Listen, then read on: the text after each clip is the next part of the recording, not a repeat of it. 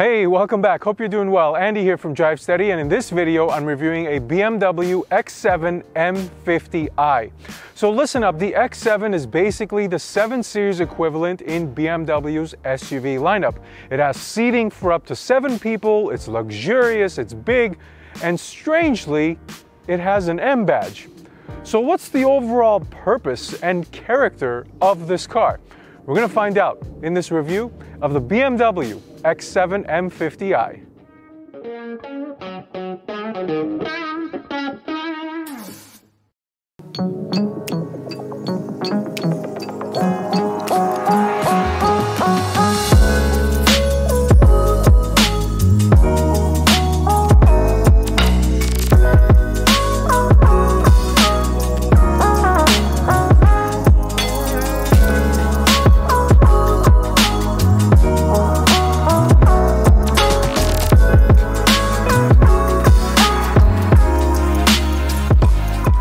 Alright, so let's start the review off by talking about the exterior design, and I have to admit, when I first saw the X7 a couple years ago, I didn't really like it. I thought it was too big and kind of deviating too far away from BMW's classical design. And to add on top of that, it was actually the first car and definitely the first SUV where BMW was going with the massive kidney grills. It was such a big shakeup in BMW's design, and it kind of didn't flow with me very well. But now that I've gotten used to the looks, I actually think it's a rather good looking car, and the kidney grills are still pretty big, but at least they're somewhat proportional to the massive size of this X7. And touching quickly on size, it's actually 9 inches longer than the X5, the smaller counterpart in the BMW SUV lineup. It's basically the same size as the new GLS from Mercedes, and it's 7 inches shorter than the Lincoln Navigator. But now let's look underneath the hood and find out what really makes this an M50i.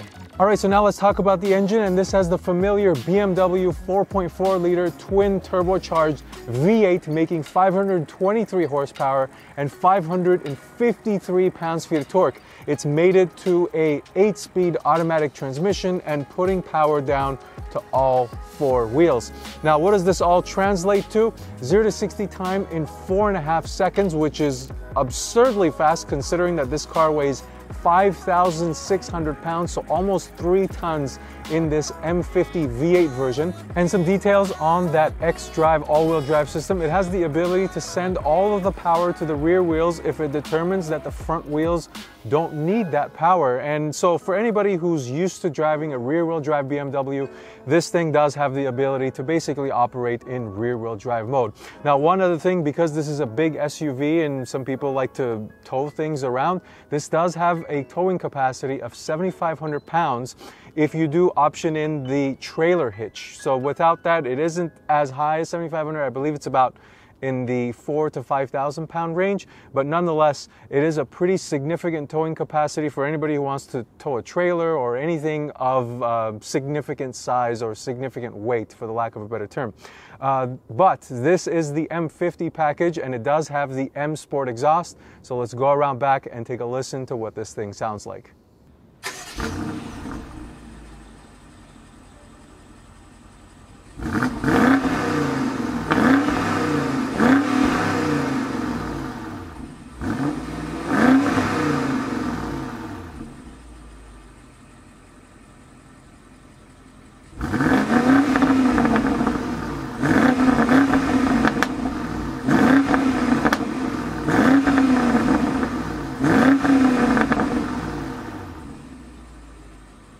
So what did you think of the exhaust in the M50i? Surprisingly good in my opinion, especially when you put it in Sport Plus mode. It gives you those extra pops and crackles. But now beyond that, some of the functional things from the rear end here, let's talk about the trunk. Now there's multiple ways of opening the trunk. There's a button on the interior, there's a button on the key. There are 2 comfort access methods when you're standing behind it. So there's a pad up here on top of the license plate, and then there's also the kicking motion that you can use.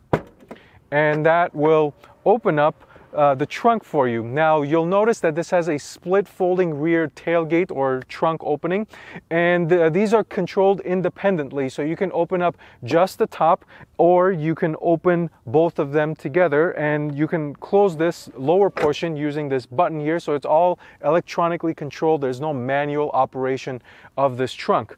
Now one thing as far as how much stuff you can put back here, if you've got all 3 rows up, meaning you've got a 7-passenger configuration, you can probably fit 2 medium-sized carry-on bags in here. If you really try to squeeze, and depending on the dimensions of your larger suitcase or your larger luggage piece, you might be able to squeeze it in here vertically, but horizontally, it depends on the width, I suppose. But there isn't a lot of space back here when you've got all of the rows up. Now, when you fold the 3rd row seat down, it actually gets a pretty substantial amount of space. You can easily put multiple pieces down here, laying down on top of each other.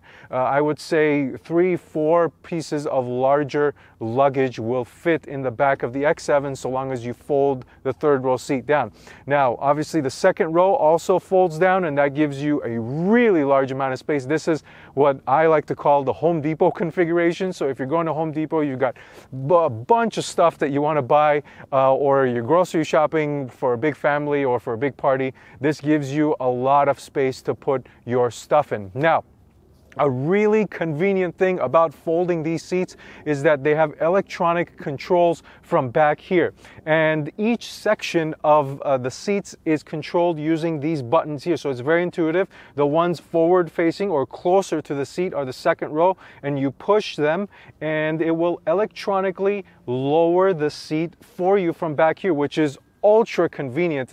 I've seen other SUVs where you've got to go open up the rear passenger door, fold it down, come back here, put your stuff in. So this is a really convenient thing that BMW is giving you, electronic rear folding seats for both the 2nd and the 3rd row. Now, another shortcut key that they're giving you, let's say you've got all the seats folded down and you want to raise them up all at the same time. They've got a button here that says max, and then they've got a little human sitting down. I'm assuming this is max capacity or passenger capacity. So if you push this button, what it'll do, it will raise all of the seats down, no matter what configuration you've got. If you've got them all folded down, or if you've got 1 folded down or 3 folded down, you push this and all of the seats will come up at the same time. And another shortcut key they've got here is max and a suitcase. And I'm assuming this is max cargo space. And what this button does is the opposite of the max seating capacity, and this is max cargo capacity. So if you push this, it will fold down every single seat in the 2nd and 3rd row, giving you the maximum amount of space to put your stuff in.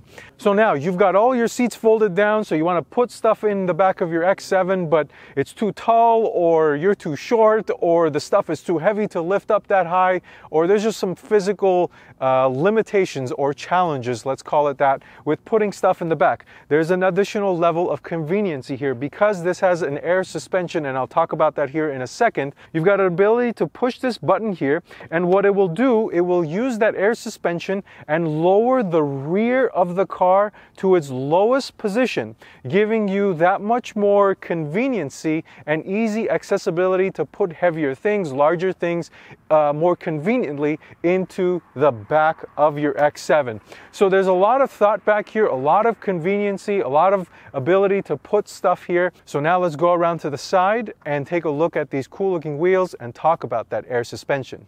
All right, so now let's talk about the wheels, tires, brakes, and suspension, starting off with the suspension. So the X7 M50i is equipped with 2-axle air suspension and adaptive dampers as well, and it has the ability to raise and lower itself based off of the driving condition, what speed you're going in, what mode you're in.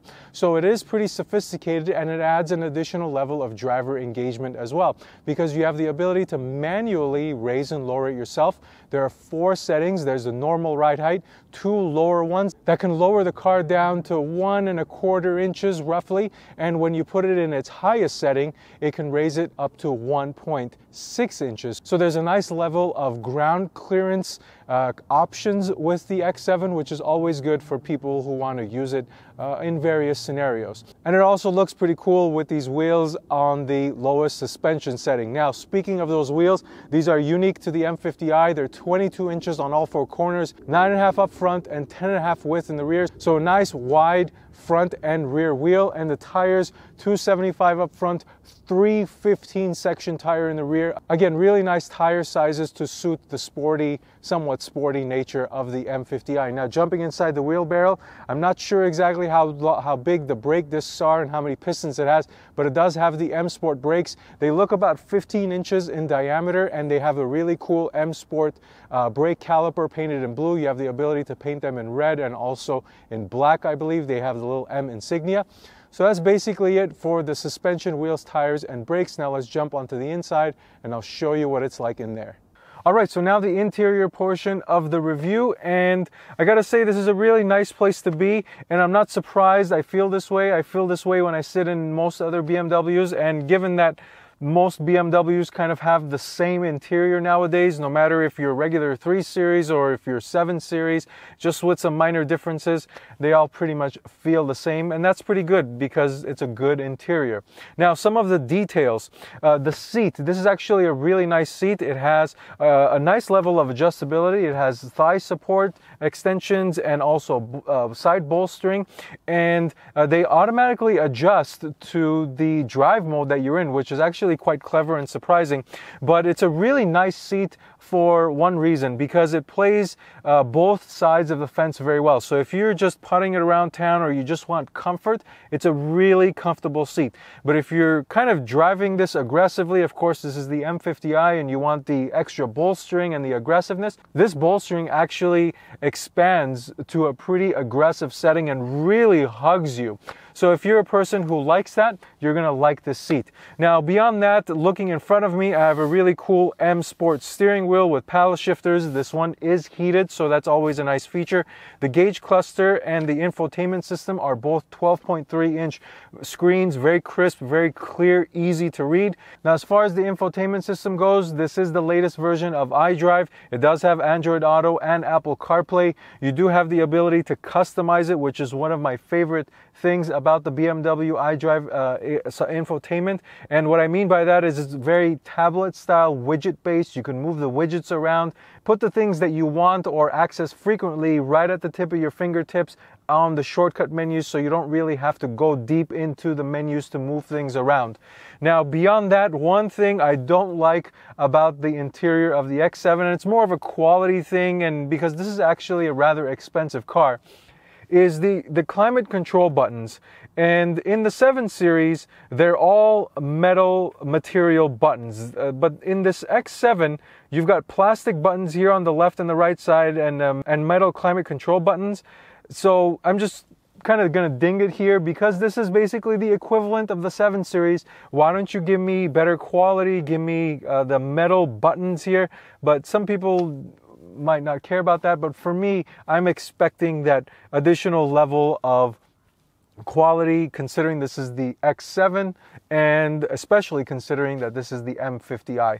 Now, beyond that, there's a center section here that has a lot of storage space and 2 cup holders and the transmission selector and your iDrive controller, all standard fare that you see in most other BMWs or in all other BMWs. This one does have a full panoramic sunroof, which is always great to look out of, and it's just an additional level of coolness, whether you're a driver or a passenger. Speaking of being a passenger, let me take you back to the second row and show you what it's like back there. All right, so now the second row of the X7, and you've got some options here. As standard, you get a bench style seating configuration that gives you the max capacity of 7 occupants, of course, if you combine the third row as well. But the additional option is you can get captain's chairs back here, and what that does is it gives you 2 individual seats like you would get in the front driver and passenger area. But obviously what this does is it drops you down to a max occupancy of 6 people. The hidden benefit here is there's an open section that allows you easier access into the third row. So it's just something you're just gonna have to make a decision on, whatever best fits your use case or the scenario that you're gonna use your X7 most frequently in. Now, as far as the seats, so the seats are actually very comfortable. The leather is nice and soft. I've got plenty of legroom sitting behind myself. I'm 5'10", 5'11", plenty of headroom. I do have that outward visibility of the panoramic sunroof, and I do have the ability to control the shade. So there's a shade here. I can control this, open it and close it. I do have a privacy shade on the seats, on the windows back here as well. And in addition to that, I have the conveniency, or the comfort conveniency, whatever you want to call it, of adjusting the seats forward and backward and reclining them forward and backward. So this is a really nice, convenient, comfortable seat in the second row. Now, as far as additional conveniences, 2 more. This is a 4-zone climate control system as standard in the X7. You can option in a 5th zone for the third row passengers, so everybody can have the climate that they desire in this car. And in addition to that, and probably more importantly, at least for me, is how much charging capability do I have for my passengers. And I've counted 7 outlets, charging outlets, in the back of the X7. 6 of them are USB Type-C, and there's one 12 volts. So there's one on each driver and passenger seat, right in front of you, easy accessibility. And then you've got one right underneath, towards the bottom section of the center console here, 2 there. And the 12 volt outlet is right next to those, and 2 additional ones for the third row. So everybody is covered as far as charging. Now, as far as the third row, let's talk about that. So the third row is actually very easy to get into, and BMW gives you this button here that brings the second row forward, lifts it up. The accessibility is super simple for at least an individual like my size, 5'10", 5'11". But if you're somebody who's a little larger, taller, you're probably going to have an issue getting back there. And even when you're sitting there, it's a little tight. For somebody larger than I am. I actually sat back there very comfortably, 5'10", 5'11".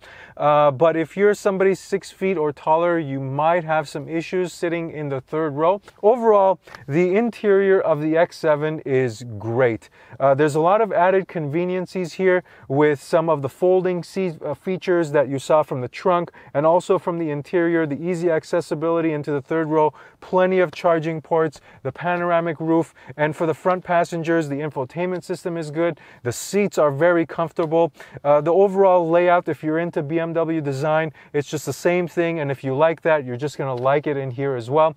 There is that little nitpicking item of the climate control buttons. I would have preferred if they were all metal to give it a little nicer feel in here, but overall the interior is great in this X7. So that's basically it for in here. Now let's take this thing for a spin and see what this V8 powered M50 is all about. All right, so now the driving portion of the review. And as always, this is what the key looks like. It's a standard BMW key. It's got the M colors there, but otherwise nothing to distinguish that this is a M5 or a M50i car. Now, as far as the base price goes, the X7 M50i starts at $99,000, and you can option in a whole bunch of stuff. This is pretty normal for German brands, especially BMW. There's an executive package. You can get better interiors, different colors, different wheels, all these other things, the captain seats. So all this stuff does add up and balloon the price of the M50i. So now, let's go ahead and talk about the visibility. So the visibility in this car is great, and the safety technology that BMW basically packs in here as standard is also fantastic. I've got great visibility out in front of me. I have blind spot monitoring. I have the intelligent, I guess, lane keeping, where it steers you into your car if you don't turn your blinker on and try to change your lane. And the 360 camera is great in this car, absolutely amazing. It gives you all the angles that you would want to see, whether you're moving or whether you're stopped in a tight space. It's really, really good. So the safety is good in this car. So with that, let's go ahead and turn this thing on and go for a drive. Foot on the brake, start stop button. And one of the surprising things about this car is the exhaust note. Obviously it's a V8, so it's if you're a V8 fan, it's going to sound good to you. But in the gesture control keeps turning on the radio. But anyway, so the exhaust sounds really good in this car. I'm going to just leave it at that. Seatbelt on, put it in drive, release parking brake, and let's see what this M550 is all about. I'm going to go ahead and put it in sport mode.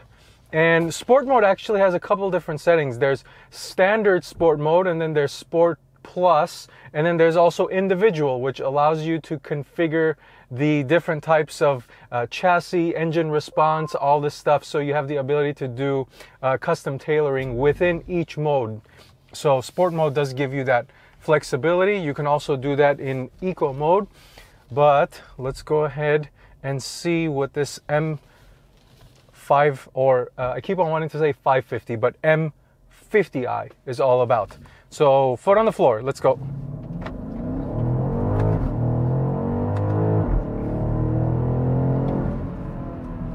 It's pretty good. It's a pretty fast car for being a big, almost 3-ton SUV, and it gets off the line pretty well. The torque down low is also pretty good in day-to-day driving scenarios, so I have zero concerns with this. And power, one thing I noticed when I was driving this on the highway and driving it at a decent pace, the one characteristic I can say about this car, and that is that it hides its speed very, very well, especially at high speeds. I was moving along on the highway and then I looked down. I was driving a little aggressively and I was like, wow, I didn't think I was going that fast, but I was going pretty fast. And I think it's the weight and the size of the car, and there's overall great stability at high speeds in this X7. So, and the transmission is obviously very good as well. It really moves. It's got more than enough power. Really, really good. And the heads-up display is also very good in these BMWs nowadays. So let's go ahead and take it out of sport mode. Let me put it in comfort mode. And you really got two main modes. You have sport, comfort, and then there's eco. And I didn't really find the need or the usefulness of eco. It really deadens the pedal and it's almost like you're not really even moving. So comfort mode is good, and let me talk to you about how this thing drives. So as far as the suspension goes and that axle steering, or the axle air suspension, the 2-axle suspension, it's magic. I had this in a 7 Series. Now the ride is not as good as a 7 Series in this X7. Let me just be completely blunt about that. The 7 Series just feels very pillowy, or even an S-Class. But for an SUV, this is one of the most comfortable, cushiony riding SUVs I've driven. The steering is also very good on a day-to-day basis.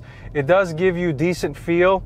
You do get a lot of body motions in this car as far as the suspension goes. And this being an M50i, I don't know, I had an expectation that this is obviously not a sports car. It's a big 3-ton SUV, but it can dance a little bit. The steering does get firm in sport mode, and when you're going around corners, you do feel the body motions and the weight, but overall it can dance. It actually surprised me a little bit as I was driving up in the mountains. Now I'm driving in the city, but overall it's a really nice riding car with good feel. When you put it in sport mode, it does give you a little bit of that sportiness combined with the V8 in this car and the torque down low and the exhaust note, which is actually very good. Combined with the fast shifting automatic transmission, you've got a really compelling driving package here. Now, overall, what are my thoughts on this car? I found it very, very hard to find faults with this car.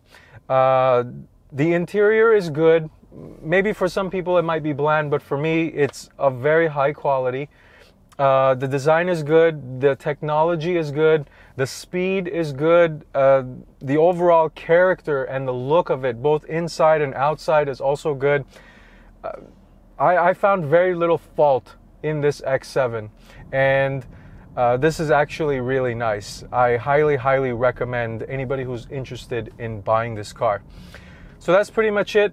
Great car. If you've got any other questions, please feel free to send me a comment down below or a message on Instagram at DriveSteady, and I will try and get back to you as quickly as I can.